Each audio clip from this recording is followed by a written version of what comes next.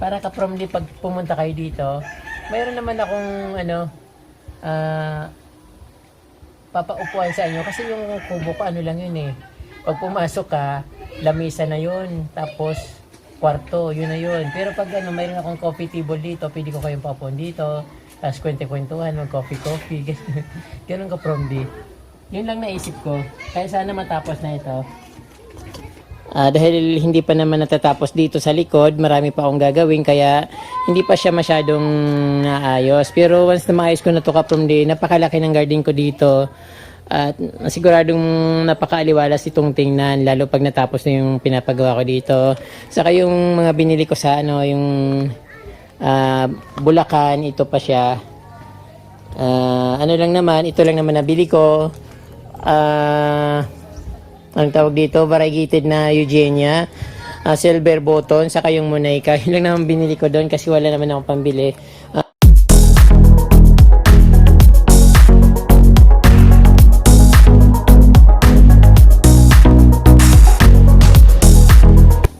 Magandang araw sa inyo mga ka-from di. Nandito naman ako sa aking garden at ready na naman sa pagga-gardening. So ngayon ka-from di, napaka ng mga mga damo. Yung halaman ko naging lush, yung mga damo naging lush din. Kaya lilinisin ko ito kasi napakarami kong tanim na halaman dito. Kaya lang natabunan na ng mga damo. Sa sobrang ulan napakadaling tumubo. So naunahan yung mga halaman na lumaki. Kaya yung ka-from di. Pero kung bago lang po kayo sa akin channel, huwag niyo pong kalimutan mag-subscribe para updated po kayo sa aking mga pinupost na video. Saka mga ka-from di, huwag niyo pong kalimutan i-touch yung notification bell para once na mag-upload po ako ay manonotice po kayo kung mayroon po akong bagong videos. Yung mga ka-from di, sana mag-enjoy kayo sa aking pag-gardening, sa panonood at sana makakuha kayo ng mga idea kung ano mga ginagawa ko. Ayun ka-from di, maglilinis muna ako dito sa aking napakagandang garden kasi punong-puno na ng damo. Tara ka-from di, maglinis na tayo. Ay ako lang pala.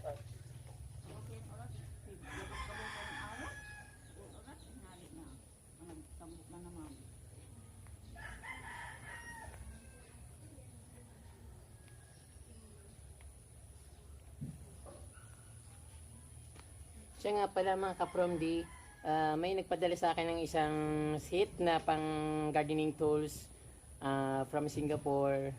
So salamat po ng marami.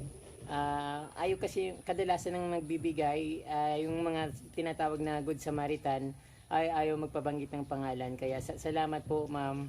Alam niyo na po kung sino po kayong nagbigay sa akin nito. From Singapore po. Salamat po.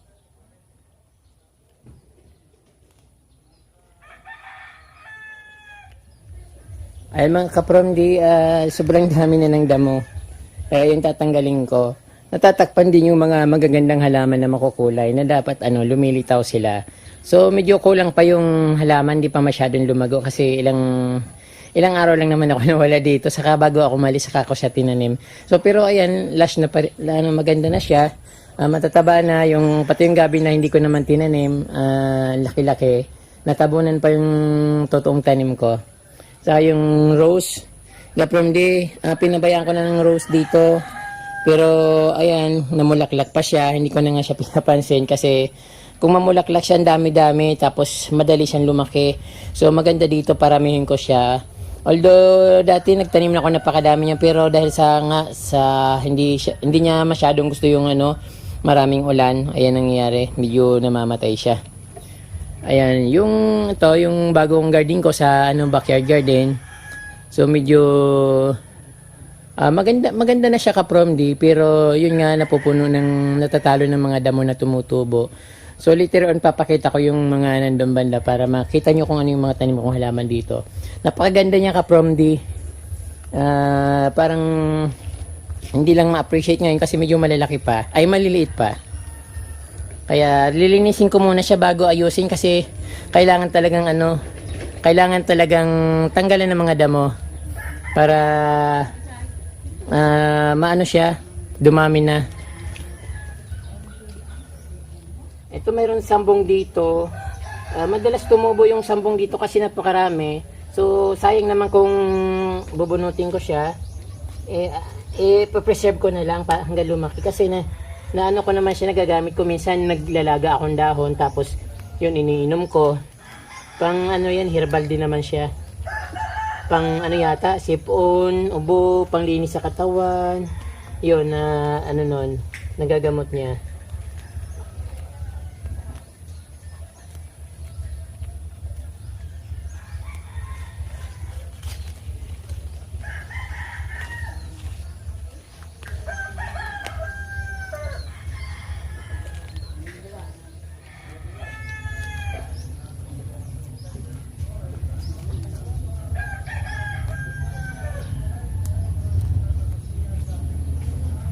Magtatanim ulit ako ng madaming mayana dito kasi maganda yung ano, maraming kulay, makulay. Nakaka ano sa mata, nakaka good vibes.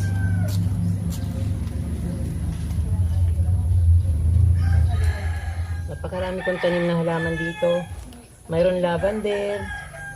Hindi ko na, baka mabunot ko pa yung tanim ko dito. Lavender, saka croutons dito sa ano, sa part na ito.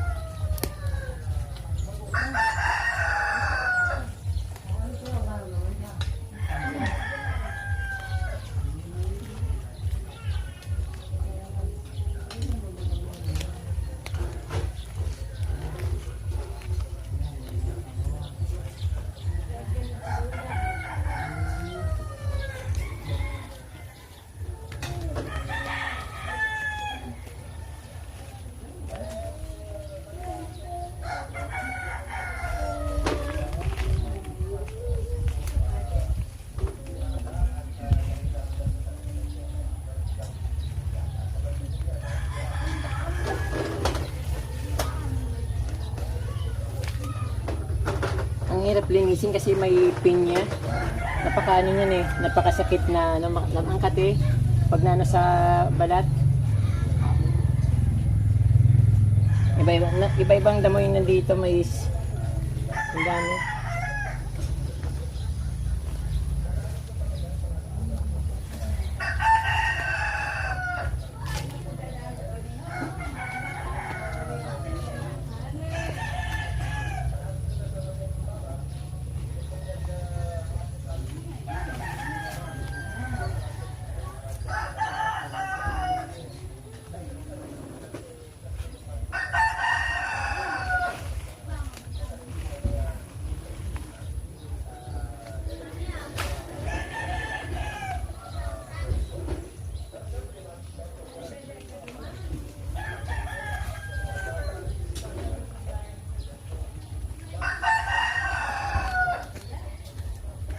Yung giant birdnest ko kaprom hindi ko alam kung mabubuhay pa ito. Hayaan ko na lang, sana mabuhay ulit siya kasi sayang, napakalaking birdnest na to. Although napulot ko lang to, parang inabandon sa ano, doon sa may sa kabilang ilog. Pero nasayang kasi o kaya inuwi ko. Pero sana may lumabas pa kasi sayang, napakalaking ano nito. Parang ano ng itlogan ng manok, ganun kalaki. So napakarami ng tumubo na nandito kamansi. Natabunan na yung halaman ko.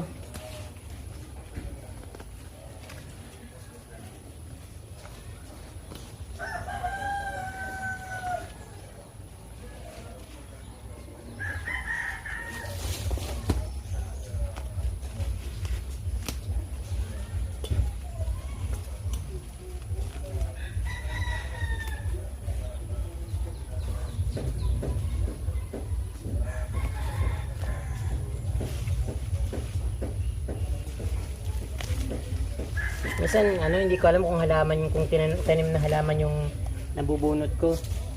Kasi napakadami na, oh. Pinagsama-sama ako kasi dito ka-promdi. Yun ang gusto kong mangyari, yung parang wild na, no, halaman.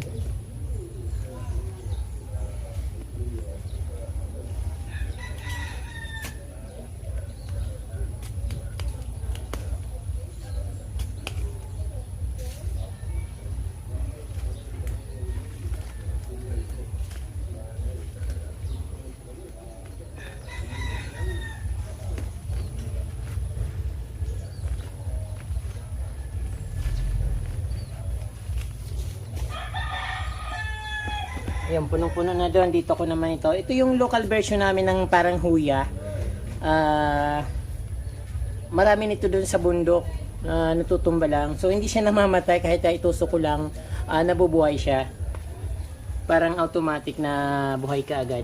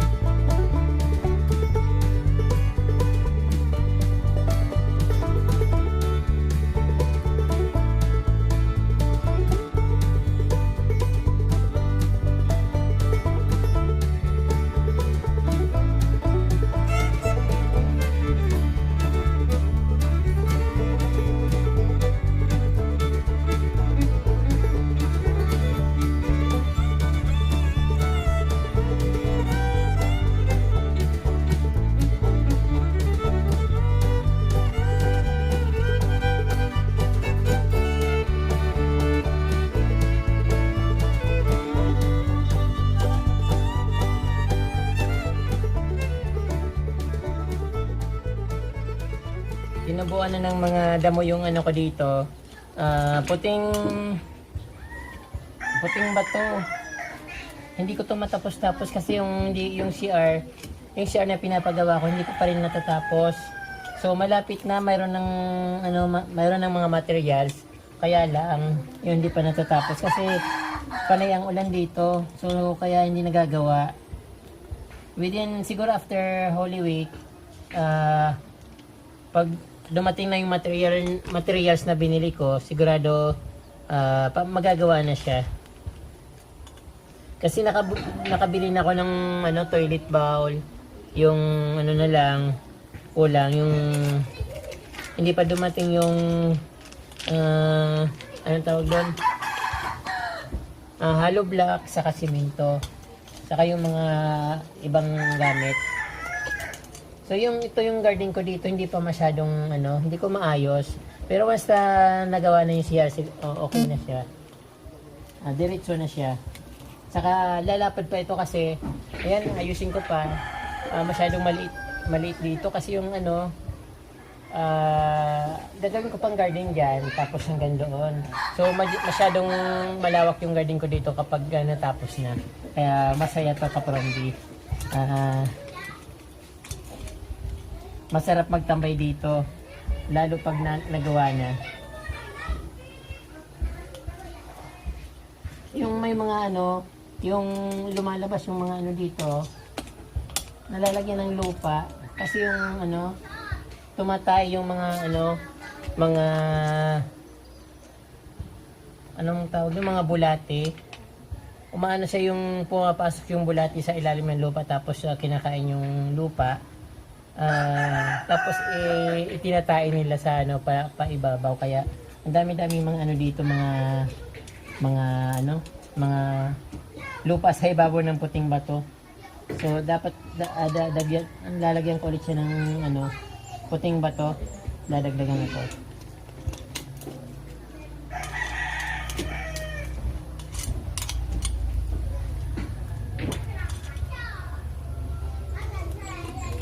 Bala kong mag ano dito ka from the pag ginawa yung table ay yung ano yung toilet ko, gagawa rin ako ng ano yung table pang coffee table dito. So maliit lang para may tambayan ako dito para pag ano magko-coffee ako dito na ako magko-coffee. Tapos napaligiran ng mga garden tapos puti yung buhangin. Then siyempre maggagawa rin ako ng upuan na semento. Bali, ayaw ko na ng kahoy kasi napakadaling ano, mabulok ng kahoy.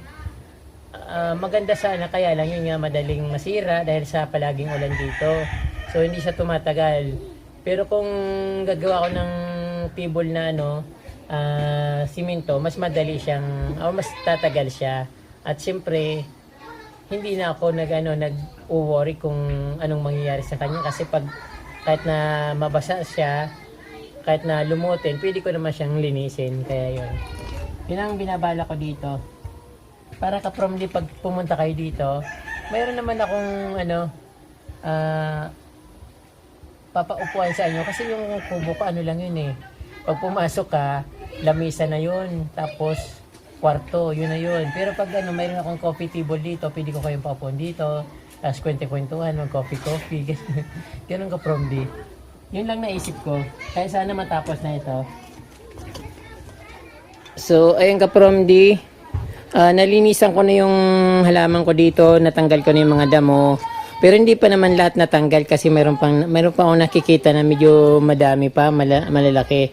So, ito papakita ko na muna sa inyo para at least, ayun, hindi pa masyadong gumanda ka from saka syempre yung ano nga, dahil hindi pa naman natatapos dito sa likod, marami pa akong gagawin kaya hindi pa siya masyadong naayos. Pero once na maayos ko na to ka from napakalaki ng garden ko dito at siguradong napakaaliwalas itong tingnan lalo pag natapos na yung pinapagawa ko dito. Saka yung mga binili ko sa ano yung Bulacan, ito pa siya. Ano lang naman, ito lang naman nabili ko. Ang tawag dito, variegated na Eugenia, silver button, saka yung Monica. Yun lang naman binili ko doon kasi wala naman akong pambili. Saka ito yung kaprom din na alisan ko na ng mga damo yung aking halaman dito. Although hindi pa tapos kasi marami pa, pero madali na lang naman yung kasi kunting-kunti na lang. Ayun, tinanggal ko na yung mga nagkakapala na mga yung mga tumutubo na kamansi, yung mga matataas na damo kayo na natira. Yung halaman ko dito ay napakadami. Marigold, Mayana, tapos ito hindi ko alam kung anong pangalan nito. Ayan. Mayroon gabi, mayroon alocasia, mayroon Mayana na variegated. Yung ito.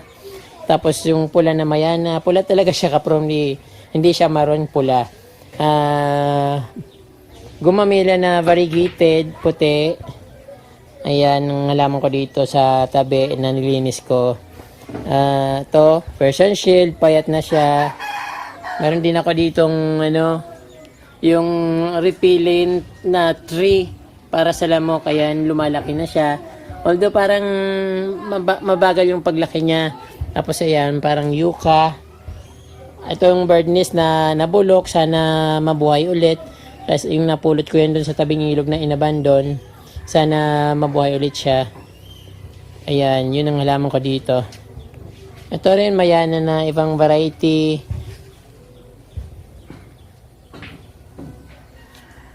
Philodendron, lemon lime.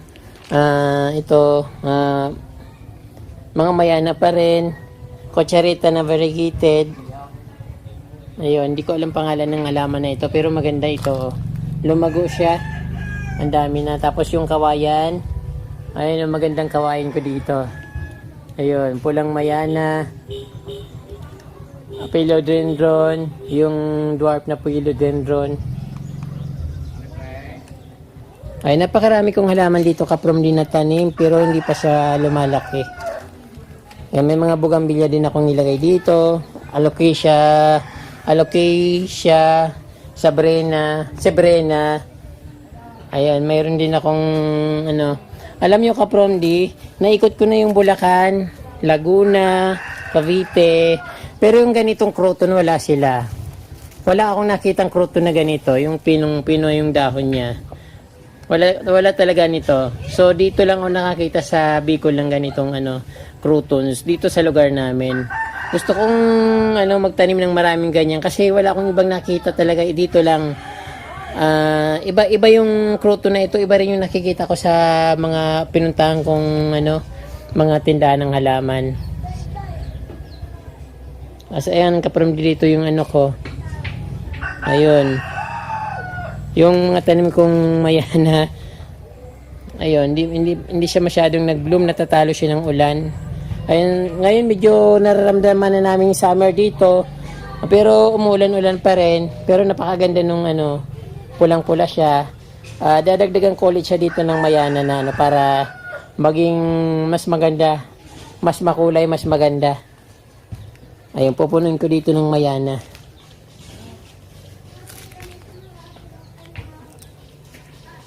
Ayun.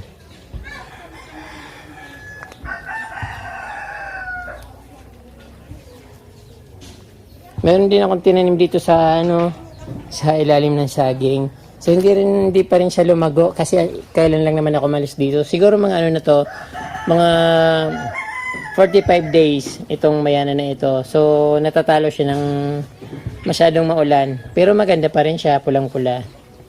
Ayan. Ayan kaprom din ang aking garden dito sa likod. Backyard garden.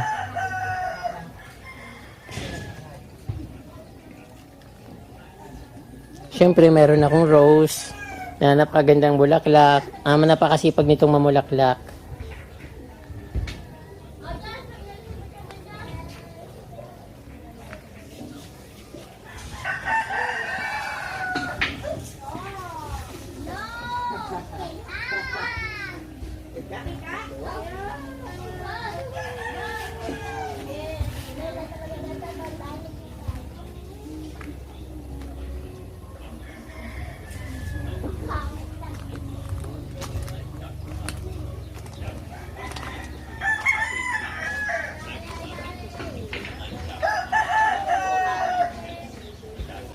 Ayun kaprom di, inyong natunghay naman ang aking munting video. Sana nag-enjoy kayo sa paghahalaman, at sana may nakuha kayong idea. Although, naglinis lang naman ako ng halaman ko, nang tinanggal ko lang yung mga damo. Ayun kaprom di, maraming salamat sa inyong panunood at huwag niyo pong sanang kalimutan mag-subscribe sa aking munting channel. At yun po, maraming pong salamat. Diyos mabalos po.